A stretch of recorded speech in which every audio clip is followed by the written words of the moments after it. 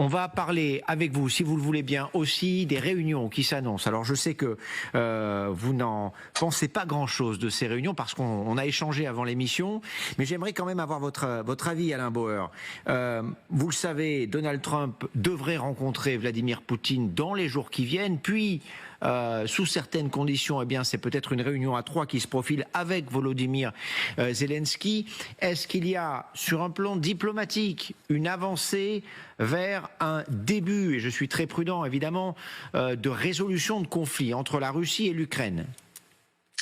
Oui, merci. Non, effectivement, comme j'ai indiqué dans la préparation de cette émission, il m'arrive assez rarement de parler de sujets qu'on ne connaît pas et de meubler avec des hypothèses hypothétiques.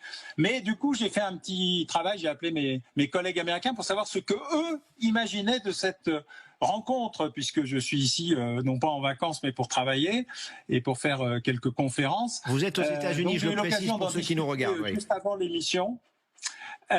Et voici ce qu'ils me disent. Ils me disent, ce qu'ils pensent, c'est qu'il va y avoir une réunion matrioshka, c'est-à-dire une réunion 1 plus 1 plus 1, c'est-à-dire 2 plus 1.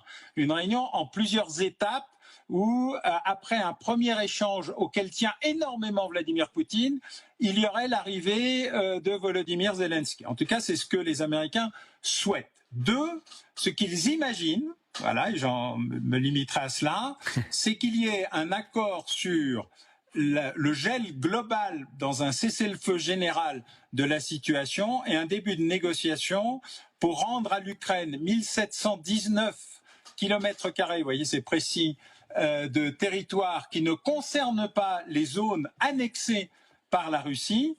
Les Américains m'ont d'ailleurs souligné un élément qui m'avait échappé jusqu'à présent, c'est que la Russie n'a jamais donné de carte des zones annexées. En fait, la Russie a annexé des zones, mais on ne sait pas où, et on ne sait pas quelles sont les limites, et seul Vladimir Poutine peut dire « Eh bien, j'ai réussi, j'ai obtenu satisfaction sur Donetsk, sur Louhansk, sur le corridor qui permet la privatisation de la mer d'Azov. Il y aura ensuite une négociation très spécifique sur la centrale nucléaire de Zaporijjia, une garantie que l'Ukraine n'intégrerait jamais l'OTAN, ce sur quoi à peu près tout le monde semble d'accord, à part les Ukrainiens bien sûr, une ouverture sur le fait que l'Ukraine puisse rejoindre dans un accord bilatéral comme la Suisse, un accord de libre-échange avec l'Union européenne, et ensuite un débat très très compliqué sur les forces militaires. Bref, un accord que je qualifierais de cessez-le-feu à la coréenne. Vous savez qu'il n'y a jamais eu de paix entre les deux Corées. C'est une guerre qui a fait 3 millions de morts et qui a duré très longtemps.